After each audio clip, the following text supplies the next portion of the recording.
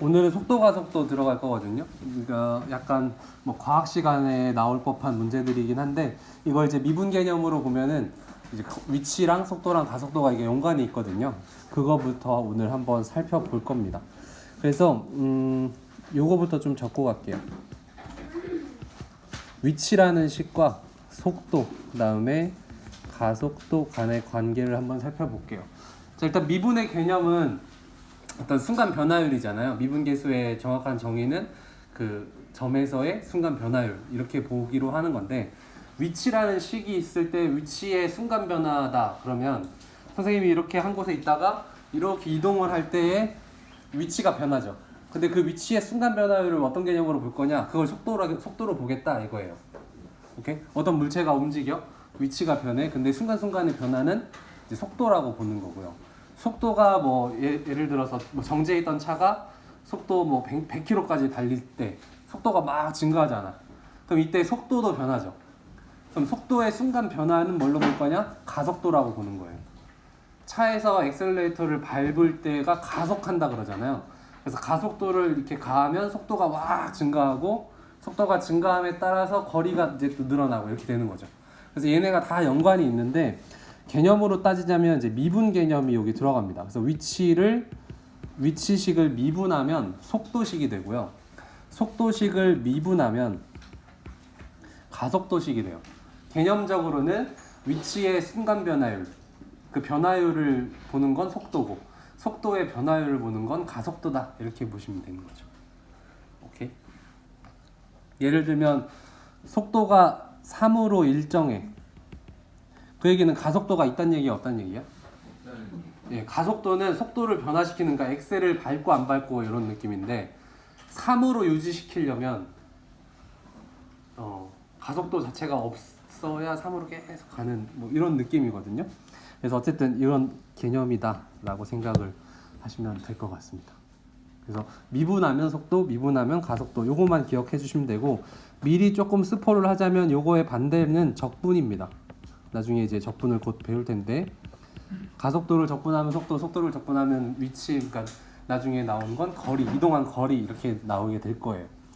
그래서 오늘은 뭐 다른 기본적인 개념 잘 이해가 안 되더라도 위치를 미분, 속도를 미분 이렇게 하는 거 관계만 잘 기억하시면 될 것 같고요. 여기 보면 약간 식으로 정리가 되어 있는데 식에 대한 의미만 좀 잡고 넘어갈게요. 여기 델타 t 잠시만요. 델타 t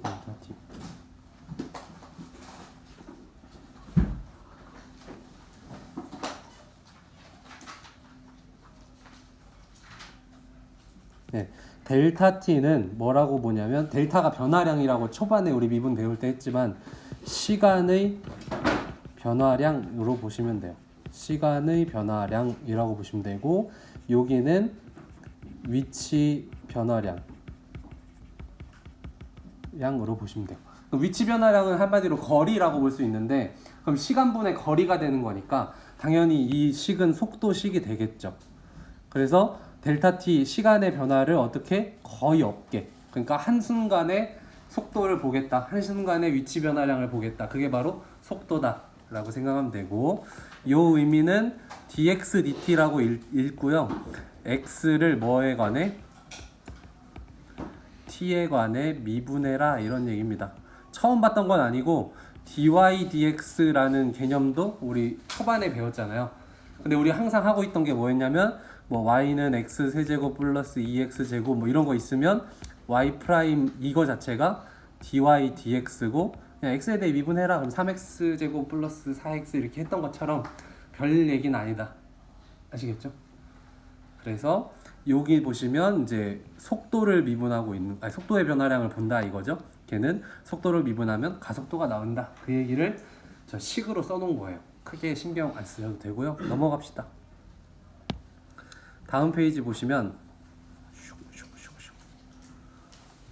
이렇게 표로 정리가 되어 있죠. 위치 미분, 속도, 속도 미분, 가속도. 그래서 여기에 또 식으로 나와 있어서 어려워하는 친구들 있을까 봐서 적어 놓으면 오늘 버퍼링이 이렇게 심한 거죠.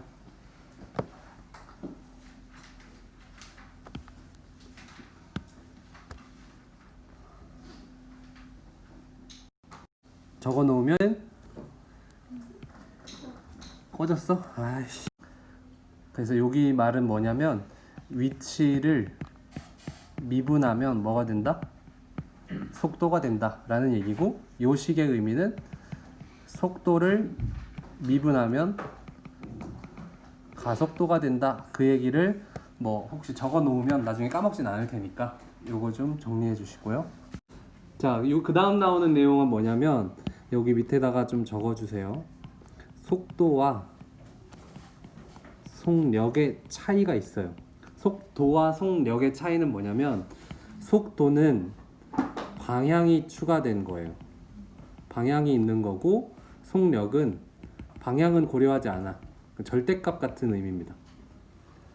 뭐 절대값 마이너스 3 그럼 그냥 3이라고 생각하잖아요. 그런 것처럼 속력은 그냥 말 그대로 움직이는 속력 크기만 보는 거고, 속도는 뭐 오른쪽이냐 왼쪽이냐 앞이냐 뒤냐 위냐 아래냐를 좀 따진다. 그리고 상식적으로 플러스는 오른쪽 위 정도 생각하시면 되고, 마이너스는 왼쪽 아래 정도로 생각하시면 상황에 맞게 해석하시면 됩니다. 밑으로 내려가서 요 문제 예제 1번 바로 볼게요. 자, 수직선 위를 움직이는 점 P의 위치라는 식이 나와 있잖아요. 위치라는 식이 나와 있는데 t가 1일 때의 속도와 가속도를 구하래. 그럼 너무나 쉬운 거예요.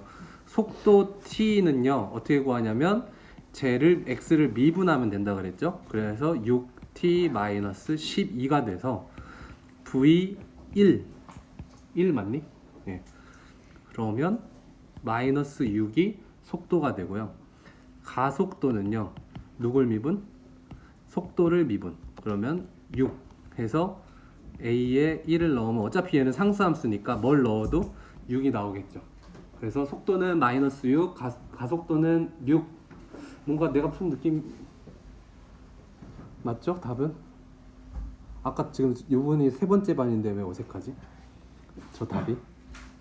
이런 식으로 풀면 되는 거고요. 밑에 보시면 요거가 이제 처음 보는 친구들한테는 조금 어색한 얘기일 텐데, 운동 방향을 바꿀 때 라는 거는 다른 말로 이런 거예요. 선생님이 앞으로 가다가 뒤로 돌 거야. 속도가 순간 어떻게 돼? 멈췄다가 하죠. 멈췄다가가. 어떤 물체도 방향을 바꿀 때 속도가 0이 안 되는 건 없어요. 그렇겠죠? 그래서 방향을 바꾼다는 얘기는 다른 말로, 또 버퍼링. 쉣.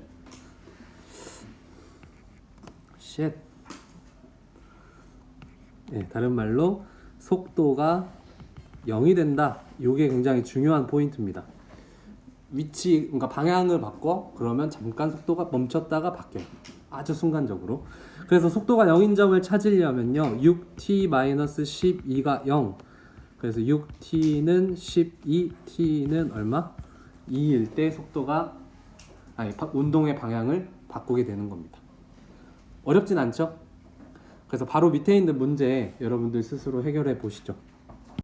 문제 1번 바로 보시면 위치식이 나와 있고요.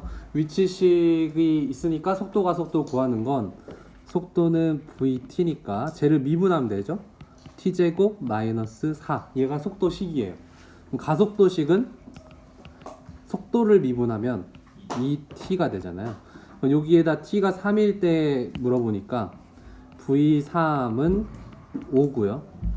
a3은 6이니까 속도는 5, 가속도는 6 이렇게 생각하면 되는 거니까 간단하죠?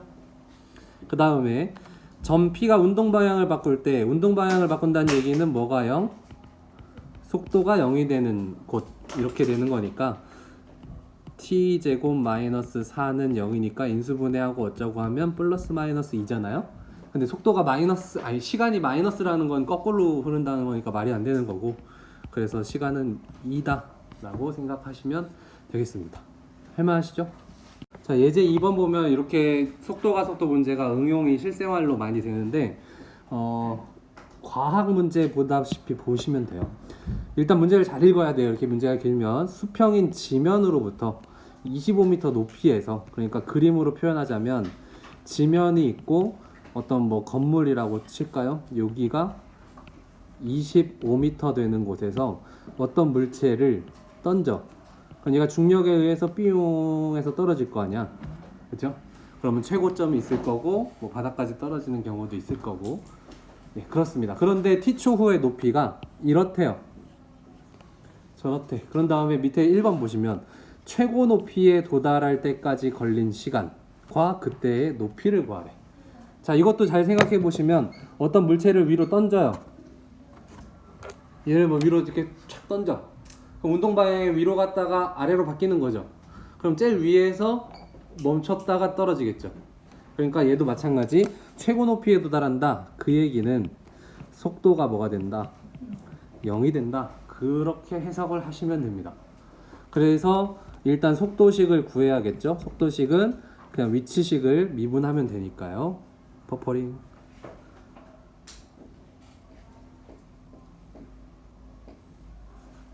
미분해 보시죠, 얼른.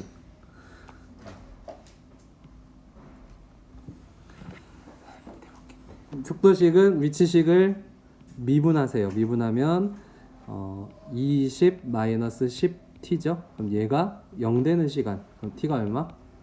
2일 때 최고 높이에 도달하겠죠. 근데 물어보는 건 그때의 높이니까 나중에 시험 때 나오면 이런 거 실수할 수 있어요. 이걸 그때의 높이라고 했으니까 여기다가 갖다 놔야겠죠. 아, 높이 저기다가. 뭐 그때의 가속도, 그때의 속도 막 이렇게 구할 수가 있으니까 항상 뭘 물어보는지 정확히 캐치하시고 올바른 곳에다가 대입하셔야 돼. 그래서 우리가 필요한 건 x에 2를 대입한 거. 그러면 25 플러스 40 마이너스 20 해서 45m다. 어디가? 최고 높이가 45m. 이렇게 구하시면 돼요. t가 2일 때 최고 높이 45에 도달한다. 그 다음에 2번 문제 보시면 물체가 지면에 닿는 순간이죠. 그럼 지면이면 여기잖아요. 높이가 얼마일까? 0이겠죠. 그러니까 얘는 뭐가 0 되는 거? 높이가 0 되는 거. 그래서 그걸 구하셔야 돼요. 그래서 활용 문제는 어느 식에 내가 뭘 넣어야 될까를 잘 따져보셔야 돼요. 그래서 높이가 0 되는 거라고 쓰고 인수분해를 하면 되는데 또 버퍼링. 자, 얘를 인수분해 하시면요.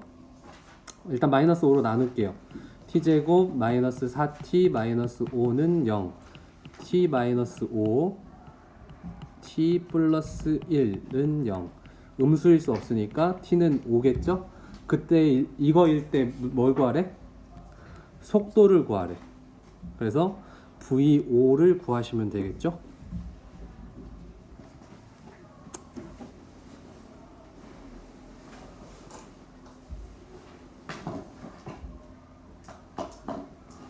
자, 이때의 속도니까 v5를 구하시면 마이너스 30이 나오네요. 그죠? 계산하면 이렇게 해서 마이너스라는 얘기는 아래로 떨어지고 있는데 30만큼 30m/s 라고 생각하시면 되겠습니다.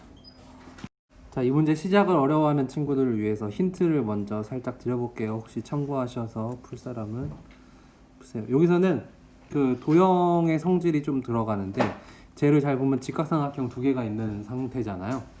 그리고 우리가 중학교 때 배웠던 게 A 대 B는 짧은 거 대 긴 거 이렇게 비례식이 성립해요.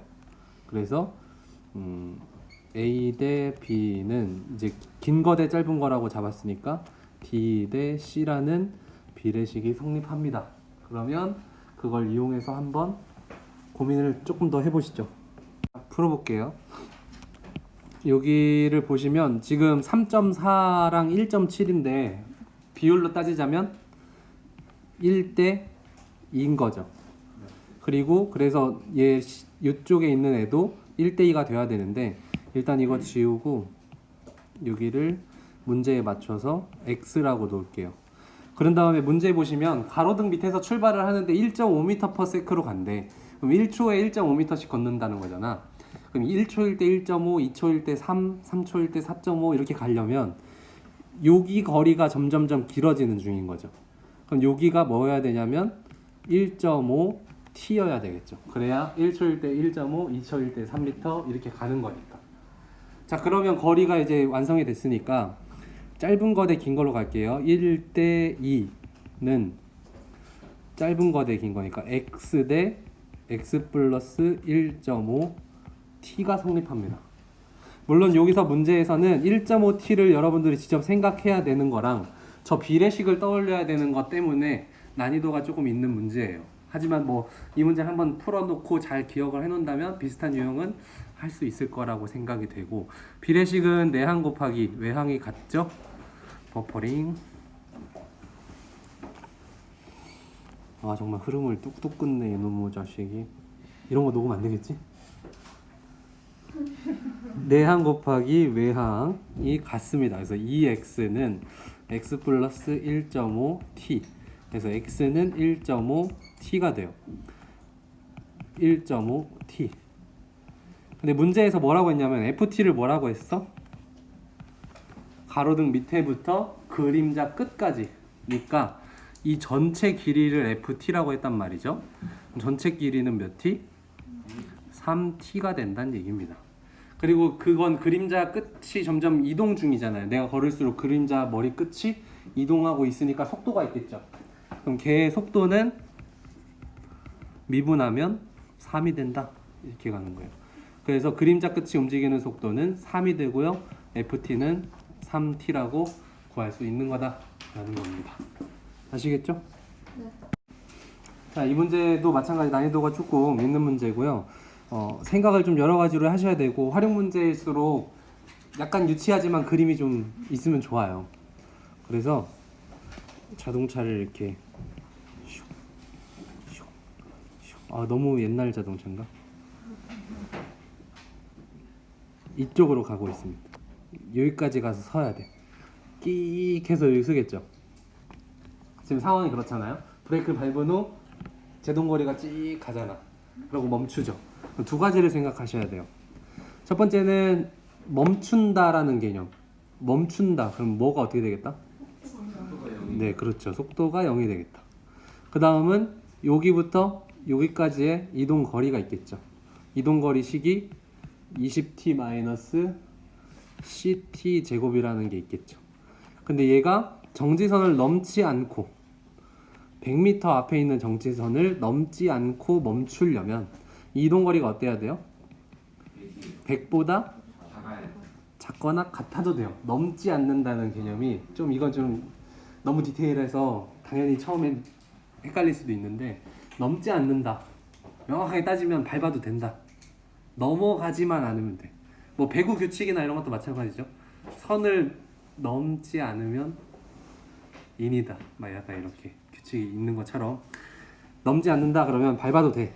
밟아도 인이야 라고 생각을 하면 될 거예요. 그러면 이 두 가지 개념을 적용을 시켜야 되는데, 일단은 뭐가 분명하냐면 속도가 0 되는 점이 일단 있겠죠. 그래서 첫 번째 개념으로 VT부터 구할게요. 그러면 20-2CT죠. 그럼 얘가 0이 되는 T는 C분의 10이잖아요. 이 시간대 속도는 무조건 0이 돼. 자, 그러면 이제 남은 건 그 시간까지 이동한 거리, 얘가 100보다 작냐를 보셔야 되는 거잖아.